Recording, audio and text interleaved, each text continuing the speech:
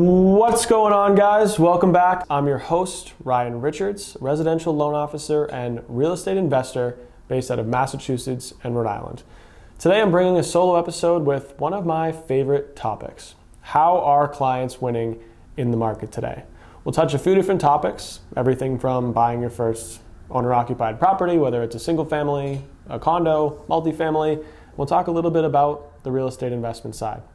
But making sure you take the right steps in today's market, especially within the New England area, which is where I'll be focusing on today, to be prepared can make or break whether or not you're successful. So stay tuned and hope you enjoy the show.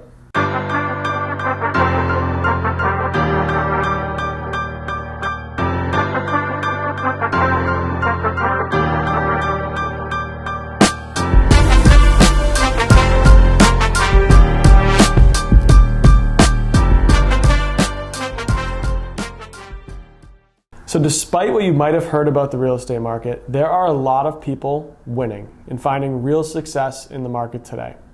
Now, I primarily focus on Massachusetts, New Hampshire, Rhode Island, and Connecticut. Of course, we do lend all the way from Maine down to Florida, mostly on the East Coast. But primarily what I'll be talking about today is that central southern New England market, Connecticut, Rhode Island, Mass, New Hampshire. In that market, I'm seeing a lot of people win. And despite what you might hear, if you see headline articles, interest rates are back up again, even though they were only down for a day or two. Inventory is still pre-pandemically low. We still have a major inventory challenge here in New England, especially in Massachusetts, Rhode Island, and Connecticut. And that might be discouraging for some people. They might see those headlines and think, maybe now is not a good time to buy.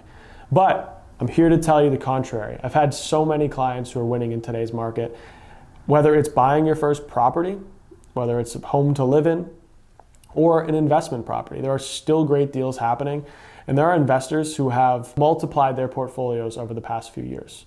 So it's not necessarily that the market's not presenting the opportunity. Maybe you haven't taken the right steps to be prepared. So here are some of those steps you can take.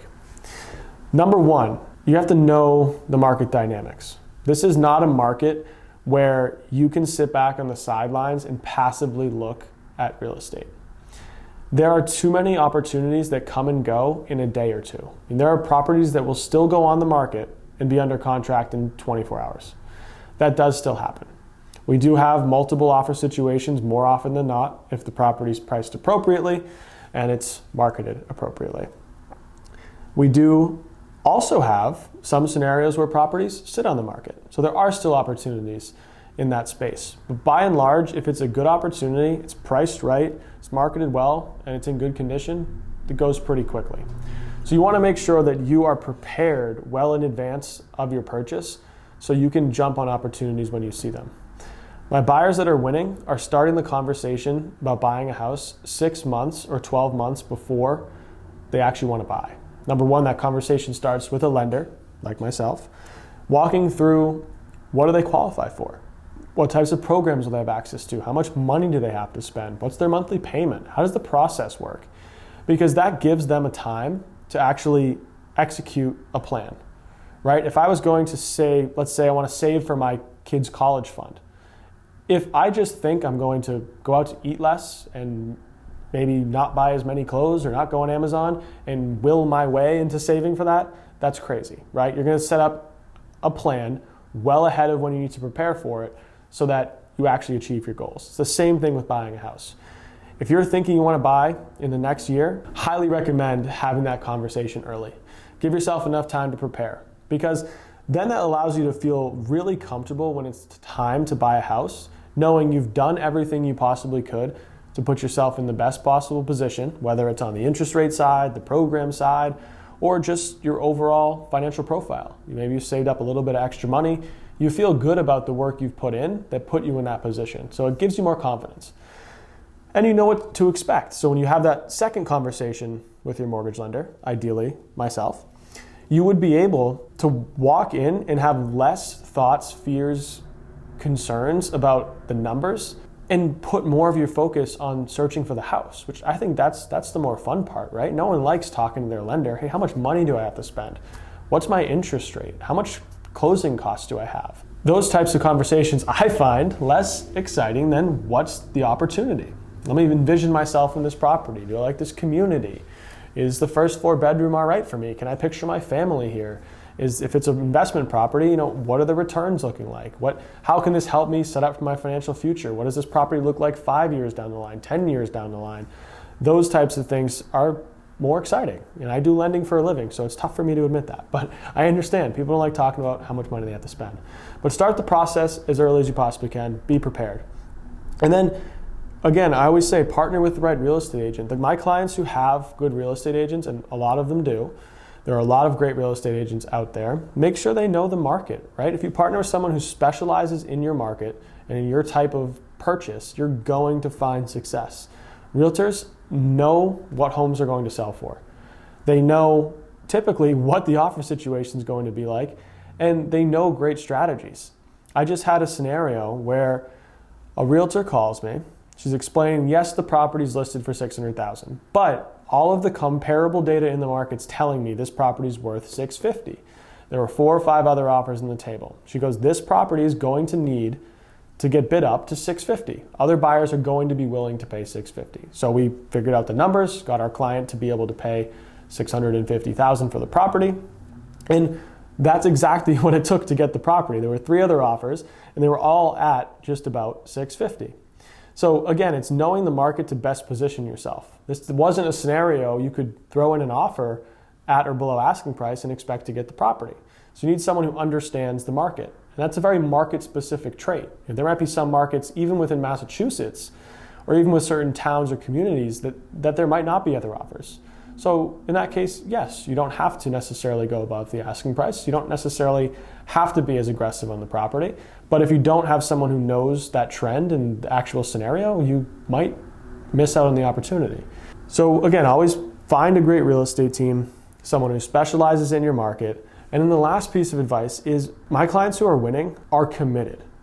They're looking at houses every weekend. They're looking at houses sometimes multiple days during the week. They're not offering on everything, of course not. They're finding the properties that make sense for them.